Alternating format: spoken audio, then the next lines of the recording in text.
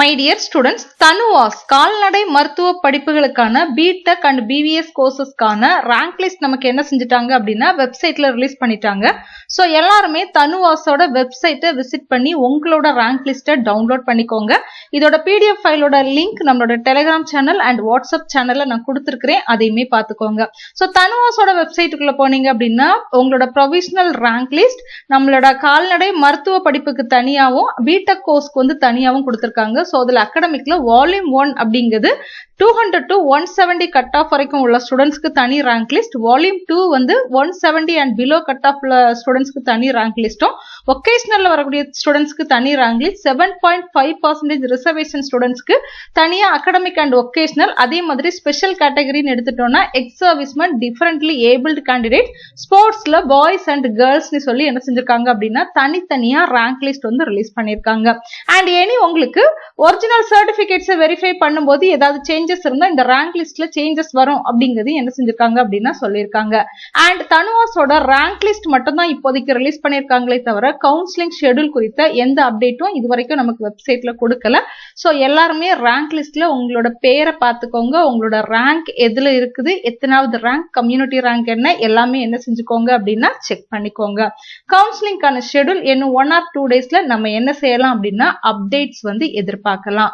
So இனி வந்து நமக்கு சேஃபஸ்ட் கட் ஆஃப் என்ன அப்படிங்கிற ஒரு கொஸ்டின் இருக்குது, அதுக்கான பதில் பார்ப்போம். தனுவாஸை பொறுத்தவரையில நமக்கு வந்து சீட்ஸ் என்ன செஞ்சிருக்காங்க அப்படின்னா இந்த வருஷம் வந்து இன்க்ரீஸ் பண்ணிருக்காங்க. 2023ல நமக்கு 580 சீட்ஸ் தான் கொடுத்திருந்தாங்க.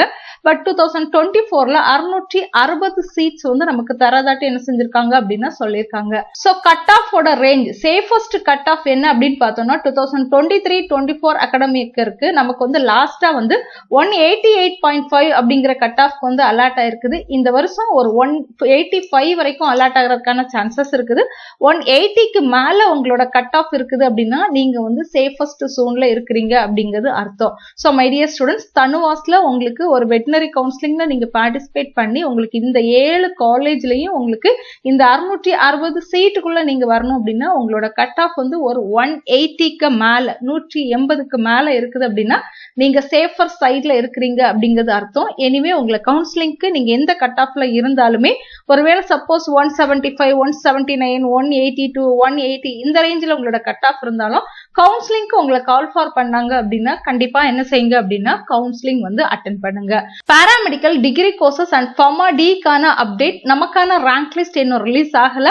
ஸோ இப்போ 1 by 1 ஒவ்வொரு கோர்ஸ்க்கும் ரேங்க் லிஸ்ட் வந்து ரிலீஸ் பண்ணிட்டு இருக்காங்க. சீக்கிரமா நமக்கு என்ன செஞ்சிருவாங்க அப்படின்னா ரேங்க் லிஸ்ட் வந்து ரிலீஸ் பண்ணிடுவாங்க.